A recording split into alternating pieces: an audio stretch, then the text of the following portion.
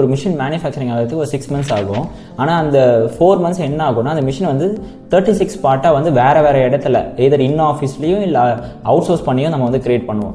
அந்த 36 பார்ட்டாக என்ன ஆகும்னா மெர்ஜ் ஆகிட்டு ஒரு ஃபைனலைஸ்டு மிஷினாக வந்து கிரியேட் ஆகும். இது வந்து ஒரு கஸ்டமருடைய ப்ராசஸ். ஆனால் பிரச்சனை என்னென்னா வந்து அந்த 36ல் ஏதாச்சும் 1-2 இடத்துல வந்து நம்ம ஒரு இண்டிவிஜுவல் ப்ராசஸ் வச்சுருப்போம். அந்த ப்ராசஸ் வந்து பண்ணாமல் விட்டுடுறாங்க. ஆனால் அதுக்கான ஐட்டம்ஸ் வந்து இன்வென்ட்ரியிலேருந்து வாங்கிட்டு போயிடுறாங்க. ஆனால் அதை மிஸ் பண்ணுறதுனால என்ன ஆகுதுன்னா ஃபைனலைஸ் ப்ராஜெக்ட் நம்ம பண்ணும்போது ப்ரொடக்ஷனோட டேட் வந்து இன்க்ரீஸ் ஆகுது.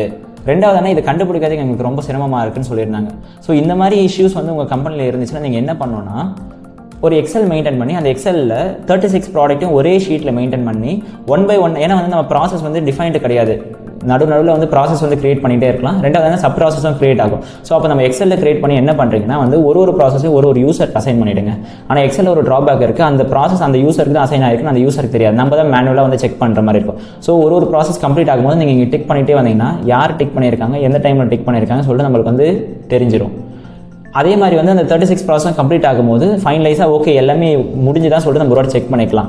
இதுவே நீங்கள் வந்து இஆர்பி வைஸாக பண்ணணும் அப்படி சொன்னால் நீங்கள் ப்ராசஸ் கிரியேட் பண்ணிவிட்டு அந்த ப்ராசஸ் அந்த ஒர்க் ஆர்டர் கிரியேட் பண்ணி ஒர்க் ஆர்டர் பேஸ் பண்ணி உள்ள ப்ராசஸை அவுட் சோர்ஸ் வெண்டாருக்கும் நீங்கள் கனெக்ட் பண்ணிக்கலாம். ரெண்டாவது என்ன நீங்கள் வந்து இண்டிவிஜுவல் எம்ப்ளாயிஸ்க்கு கனெக்ட் பண்ணிக்கலாம். இதனால ஃபைனலைஸாக நம்மளுக்கு என்ன தெரியும்னா ஓவராலாக அந்த ப்ராசஸ் முடிஞ்சிட்ட உடனே தான் நெக்ஸ்ட் ப்ராசஸ் அவங்களால ஹேண்டில் பண்ணுற மாதிரி இருக்கும். ஒரு எம்ப்ளாயிஸோடைய ஃபோன்லையும் பார்த்தீங்கன்னா அவங்களுக்கான என்னென்ன ப்ராசஸ்லாம் இருக்குது, எது வந்து கம்ப்ளீட் ஆகாத இருக்குது, சப்போஸ் கம்ப்ளீட் பண்ணாங்கன்னா எந்த டைமில் கம்ப்ளீட் பண்ணாங்க, யாருனால கம்ப்ளீட் பண்ணாங்க சொல்லிட்டு நம்மளால இன்டெப்த்தாக ட்ராக் பண்ண முடியும். ரெண்டாவது என்னன்னா ஒரு ப்ராசஸ் பண்ணுறதுக்கும் எவ்வளோ மெட்டீரியல் தேவைப்பட்டுச்சு, அந்த மெட்டீரியல் வந்து எவ்வளோ ரிட்டர்ன் பண்ணியிருக்காங்க, ஃபினிஷ்டு கூட்ஸாக எவ்வளோ வந்திருக்கு, அவுட் சோர்சிங்கில் போனது வந்து கரெக்டான குவாலிட்டியில் வந்திருக்கா, அவுட் சோர்சிங் ஆடிட் நம்ம ரன் பண்ணிக்கலாம். மிஷின்ஸ் வந்து வெளியில் வரும்போது ஏதாச்சும் ப்ராப்ளம் வந்துச்சுன்னா அந்த ப்ராப்ளம் வந்து எதர் வெண்டார்னால வந்துச்சா, இல்லை எம்ப்ளாயினால வந்துச்சா, அப்படின்னா வந்து ஸ்டோர்ஸ்னால வந்துச்சா, இல்லை வந்து ப்ரொடக்ஷன் டீம்னால வந்துச்சா, இந்த மாதிரி வந்து உங்களால் செக்ரிகேட் பண்ணி பார்க்க முடியும். உங்களுடைய எக்ஸ்பெக்டேஷனுக்கு ஏற்ற மாதிரி டைம் லைன் வந்து கரெக்டாக டெட்லைன் என்னெல்லாம் கரெக்டாக போகுதா இல்லையா, இல்லைனா வந்து எல்லாமே ஸ்டாப் பண்ணி பண்ணுறாங்களா, இதுவும் பார்க்க முடியும்.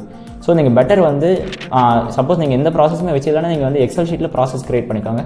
இல்லை எக்ஸல் ஷீட்லேயே உங்களுக்கு வந்து செட் ஆகலை அப்படி சொன்னால் நீங்கள் ஏதாச்சும் ஒரு பெஸ்ட்டான இஆர்பி சூஸ் பண்ணிங்கன்னா உங்களுக்கு கொஞ்சம் ஈஸியாக இருக்கும். எங்களோட காண்டாக்ட் நம்பர் நாங்கள் கீழே கொடுத்துருக்கோம். நீங்கள் அதில் காண்டாக்ட் பண்ணுங்கள். சப்போஸ் அப்படி கொடுக்கலன்னா நீங்கள் ஒரு ஹாய்னு சொல்லிட்டு மட்டும் மெசேஜ் பண்ணுங்கள். நாங்களே உங்களுக்கு காண்டாக்ட் பண்ணுவோம்.